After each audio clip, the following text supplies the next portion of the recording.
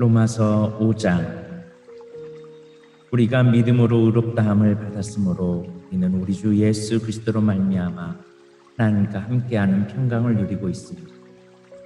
예수 그리스도에 의해서 또 믿음으로 우리는 지금 우리가 서 있는 이 은혜의 자리에 들어와 있습니다. 그리고 하나님의 영광을 소망하며 즐거워합니다. 이뿐만 아니라 우리는 환난을 당하더라도 즐거워합니다. 그것은 환난이 인내를 낳고 또 인내는 연단된 인품을 낳고 연단된 인품은 소망을 낳는 것을 알기 때문입니다. 이 소망은 절대로 우리의 기대를 저버리지 않습니다. 그것은 하나님께서 우리에게 주신 성령을 통해 우리 마음에 하나님의 사랑을 부어주셨기 때문입니다. 우리가 아직 연약할 때 그리스도께서 시의적절한 때에 경건하지 않는 사람들을 위해 죽으셨습니다. 의인을 위해 죽는 사람은 거의 없습니다. 간혹 선한 사람을 위해 죽겠다고 나서는 사람이 있을는지는 모르겠습니다. 그런데 하나님께서는 우리가 아직 죄인이었을 때 우리를 위해 죽으셨습니다. 이것으로서 하나님께서는 우리를 향한 그분의 사랑을 나타내셨습니다. 그러므로 우리는 그리스도의 피로 말미암아 의롭다함을 얻었으므로 우리가 그리스도를 통해 하나님의 진노로부터 구원을 받을 것은 더욱 확신합니다.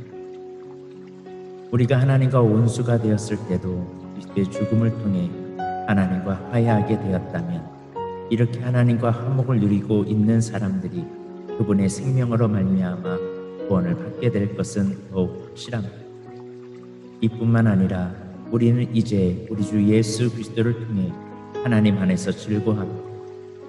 예수 그리스도로 말미암아 이제 우리는 하나님과 화해하게 되었습니다. 그러므로 한 사람을 통해 죄가 세상에 들어왔고 그 죄를 통해 사망이 들어온 것처럼 모든 사람이 죄를 지었으므로 사망이 모든 사람에게 이르렀습니다. 하나님께서 율법을 주시기 전에도 죄가 세상에 있었지만 율법이 없을 때에는 죄를 죄로 여기지 않았습니다. 그러나 사망은 아담 시대부터 모세 시대에 이르기까지 심지어 아담이 지은 죄와 똑같은 죄를 짓지 않는 사람들마저 지배하였습니다. 아담은 장차 오실 분의 모형입니다. 하지만 하나님께서 주시는 은혜는 아담이 지은 죄와 비교가 되지 않습니다. 많은 사람이 그 한 사람의 죄 때문에 죽었다면 한 사람 예수 그리스도의 은혜로 인한 하나님의 은혜와 선물은 많은 사람에게 더욱 넘쳤습니다. 또한 하나님의 선물과 아담의 죄는 차이가 있습니다. 한 사람의 죄 때문에 심판이 오게 되고 모든 사람을 정죄에 이르게 했으나 하나님의 은혜의 선물은 많은 범죄 때문에 오게 되어 많은 사람에게 의롭다함을 받게 하였습니다. 한 사람의 죄로 말미암아 사망이 왕노릇하였다면 하나님의 넘치는 은혜와 의롭다고 여기시는 선물을 받는 사람들은 한 분 예수 그리스도를 통해 참 생명 안에서 더더욱 왕노릇하게 될 것입니다. 그러므로 한 사람의 범죄 때문에 모든 사람이 죄인이 되었지만 한 사람의 의로운 행동 때문에 모든 사람에게 생명을 낳게 하는 의로움이 발생했습니다. 한 사람의 불순종으로 많은 사람이 죄인이 되었듯이 한 사람의 순종으로 많은 사람이 의인이 될 것입니다. 율법은 범죄를 증가시키려고 들어왔습니다. 그러나 죄가 많아진 곳에 하나님의 은혜가 더욱 넘치게 되었습니다. 죄가 사망 안에서 왕노릇하였듯이 은혜는 의를 통해 우리 주 예수 그리스도로 말미암아 영생을 얻게 하기 위해 왕노릇할 것입니다.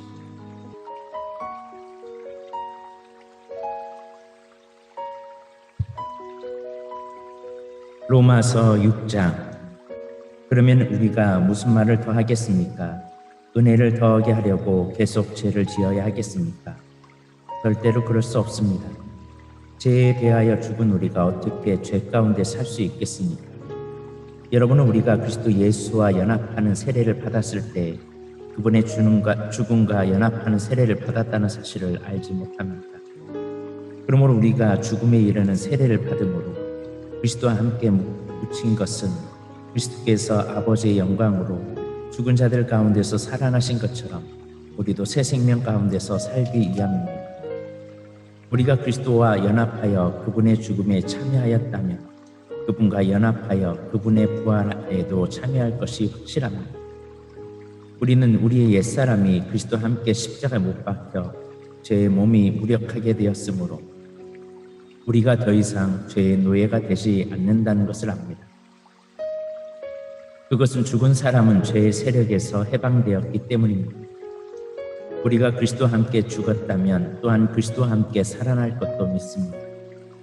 그리스도께서는 죽은 자들 가운데서 살아나셨기에 다시는 죽는 일이 없이 죽음이 그분을 지배하지 못한다는 것을 우리는 압니다. 그리스도께서 죽으신 것은 죄에 대해서 단번에 죽으신 것이며 그리스도께서 다시 살아나신 것은 하나님께 대하여 살아나신 것입니다. 이와 같이 여러분도 여러분 자신을 죄에 대하여서는 죽은 사람으로 하나님께 대해서는 그리스도 예수 안에서 살아있는 사람으로 생각하십시오. 그러므로 죽게 될 여러분의 몸에 죄가 왕노릇하여 몸의 욕심을 따라 살지 않도록 하십시오. 또한 여러분의 몸을 불의를 행하는 도구로 죄에게 내어주지 말고 죽은 자들 가운데서 살아난 자들답게 여러분의 몸을 의를 행하는 도구로 여러분 자신을 하나님께 드리십시오. 여러분은 율법 아래 있지 않고 은혜 아래 있으므로 죄가 여러분에게 왕노릇할 수가 없습니다. 그러면 어떻게 해야 하겠습니까? 우리가 율법 아래 있지 않고 은혜 아래 있다고 해서 죄를 짓자는 말입니까? 절대로 그럴 수는 없습니다. 여러분이 어떤 사람에게 복종하여 여러분 자신을 그 사람에게 바치면 여러분은 그 사람의 종이 된다는 것을 알지 못하십니까? 여러분 죽음에 이르는 죄의 종이 될 수도 있고 의에 이르는 순종의 종이 될 수도 있습니다.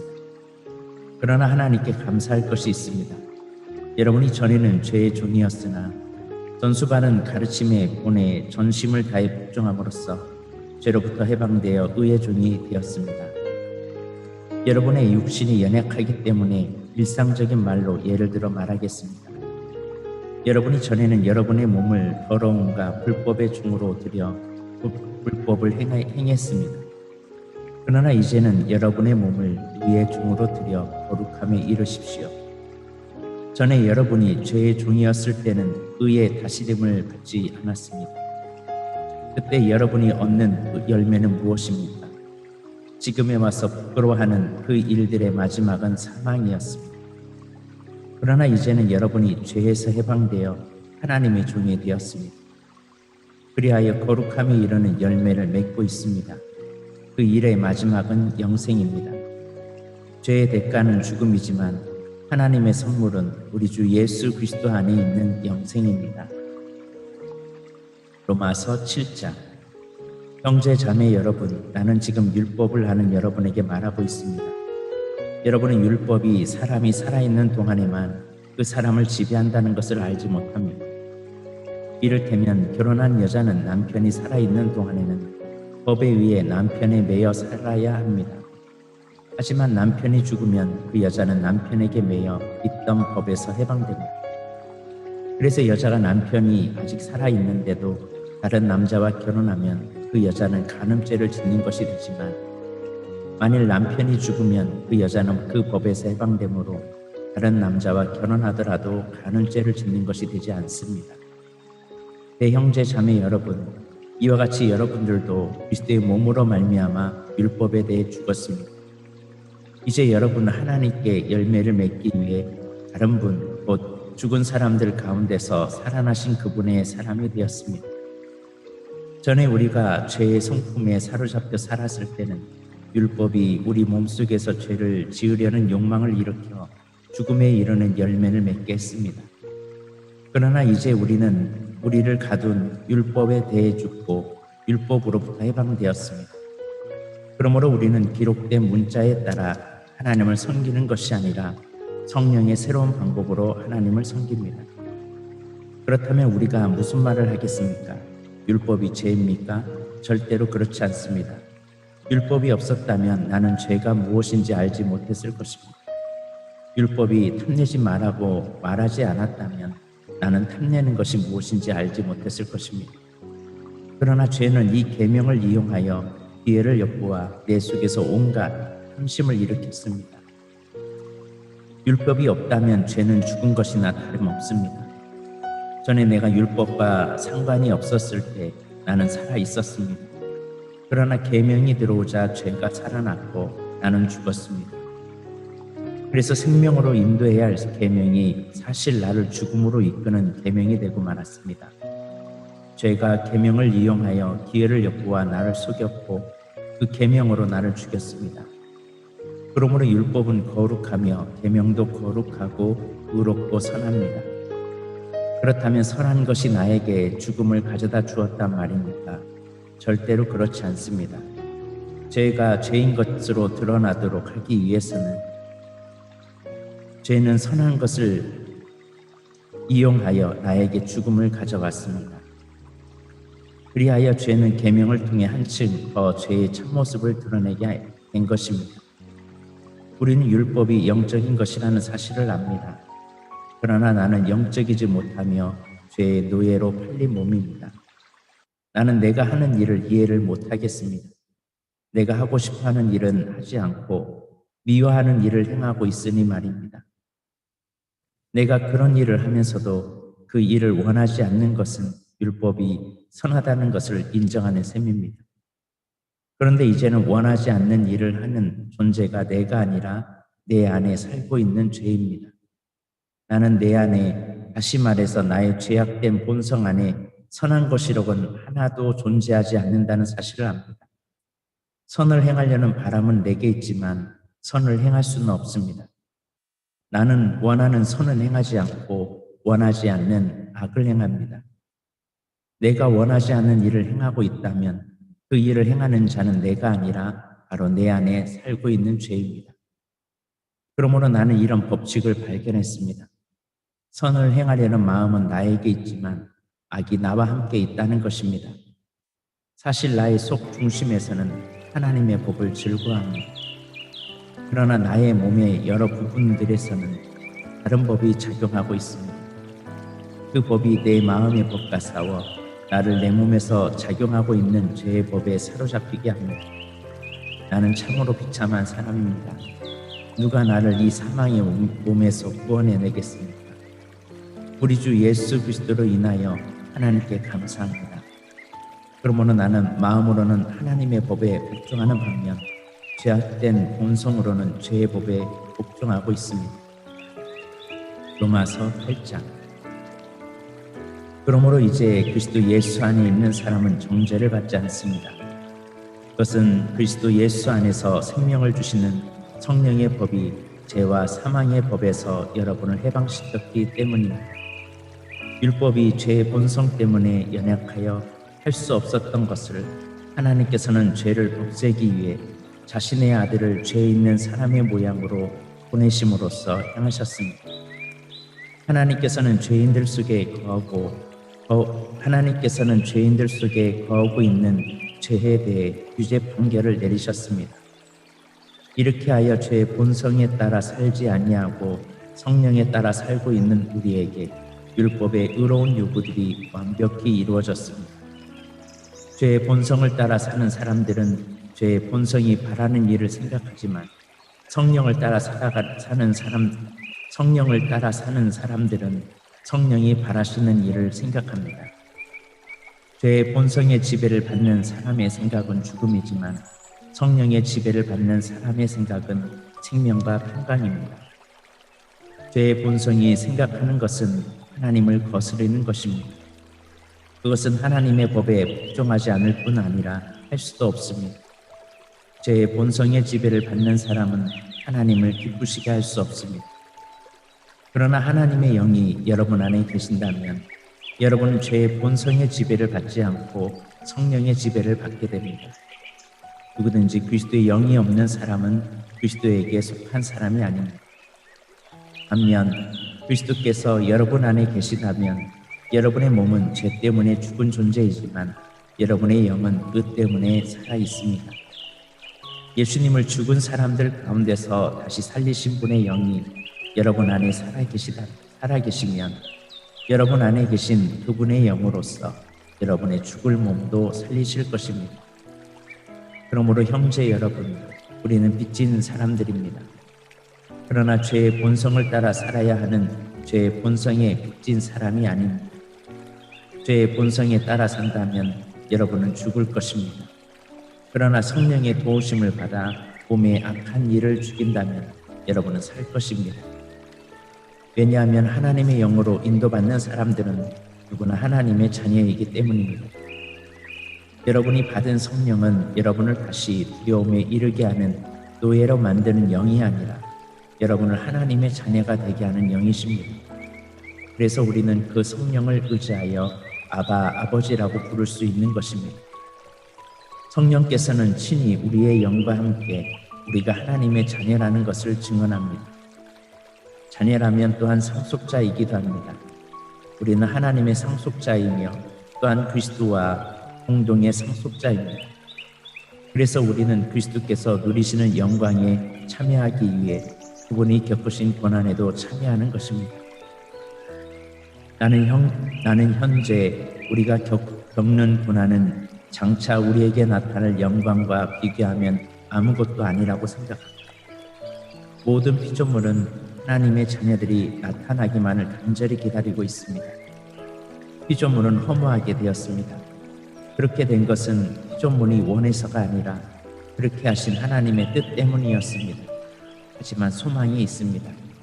그것은 피조물도 썩어짐의 굴레에서 해방되어 하나님의 자녀가 누리는 영광스러운 자유에 참여하리라는 소망입니다. 우리는 모든 피조물이 이제까지 신음하고 해산의 고통을 겪고 있다는 것을 압니다. 피조물만 아니라 성령의 첫 열매를 받는 우리들 자신도 속으로 신음하며 우리가 하나님의 자녀가 되는 것과 우리 몸이 구속될 것을 간절히 기다리고 있습니다. 우리는 이러한 소망으로 구원을 받았습니다. 눈에 보이는 소망은 소망이 아닙니다. 보이는 것을 소망하는 사람이 어디 있겠습니까? 따라서 우리가 보지 못한 것을 소망한다면 우리는 그것을 인내함으로 기다려야 합니다. 이처럼 성령께서는 우리의 약함을 도와주십니다. 우리는 무엇을 기도해야 하는지도 모르지만 성령께서는 말로 다 표현할 수 없는 간절함으로 우리를 위해 중보 기도를 하십니다. 사람의 마음을 꿰뚫어 보시는 하나님께서 성령의 생각이 무엇인지를 아십니다. 그것은 성령께서 하나님의 뜻에 따라 성도들을 위해 중보 기도를 하시기 때문입니다.